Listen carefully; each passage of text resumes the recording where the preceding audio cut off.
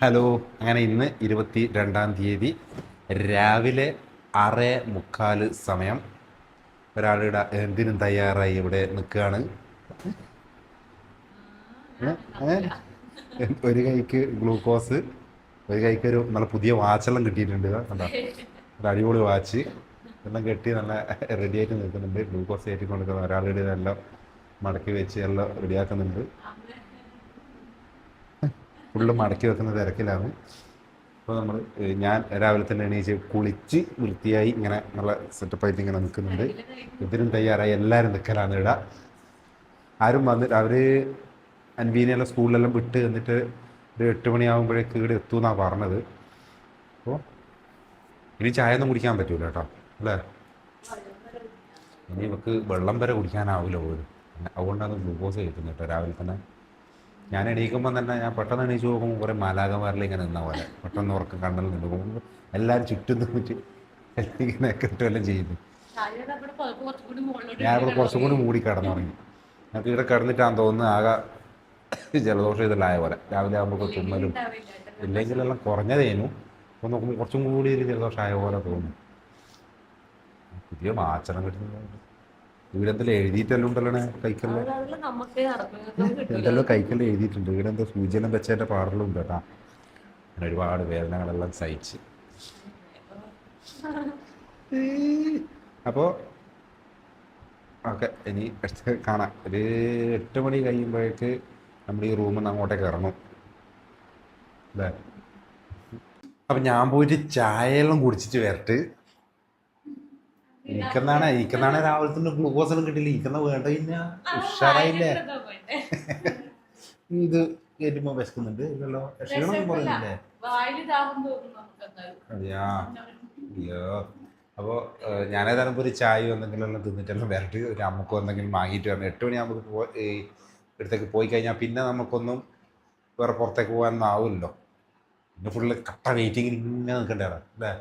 അപ്പോൾ ഞാൻ ഒരു ചായ വാങ്ങി സെറ്റായിട്ട് വരട്ടെ.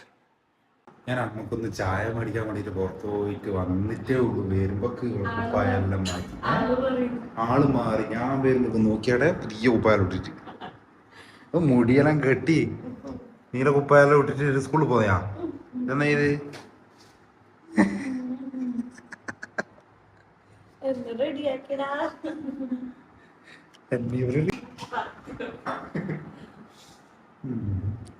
ഇപ്പൊ വിരിപ്പേതാ നീ ഏതാന്ന് തിരിയുന്നില്ല.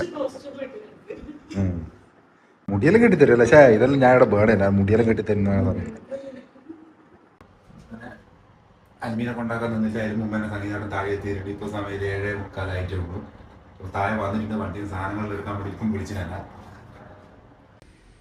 എത്തി കംപ്ലീറ്റ് സാധനങ്ങളും ബാക്കിയുള്ളതും കൂടി എടുത്തു.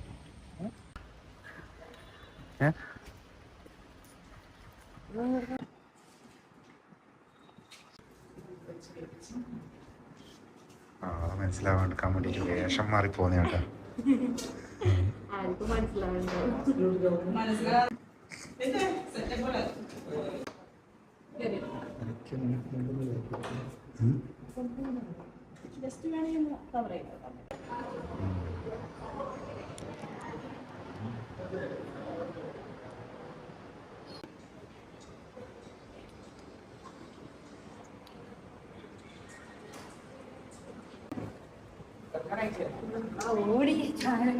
ഓടണ്ട പിന്നെ നിങ്ങൾ തരാണ്ട്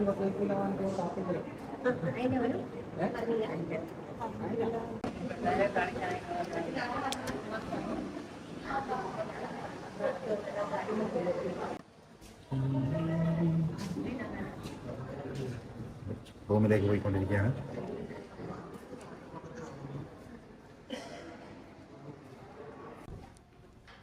റൂമെല്ലാം ഇവരെന്നെ ഫുള്ള് ഡെക്കറേറ്റ് ചെയ്തിട്ട് ആക്കിയിട്ടുണ്ട്. പോരാ അത്ര, കുറച്ചും കൂടി കളർഫുൾ ആക്കായിരുന്നു.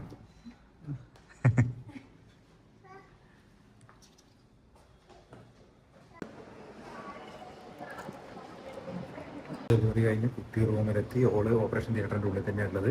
അപ്പോൾ ആർത്തെ മെഡിസിനൊക്കെ വാങ്ങി കൊടുക്കാൻ വേണ്ടി ഇപ്പം പോയിട്ട് വരുന്നത് എടുത്താട്ടാ. ഇനി ഓളൊരു 3 മണിയെല്ലാം കഴിയുമ്പോൾ റൂമിലേക്ക് വരുമെന്നാണ് പറഞ്ഞത്.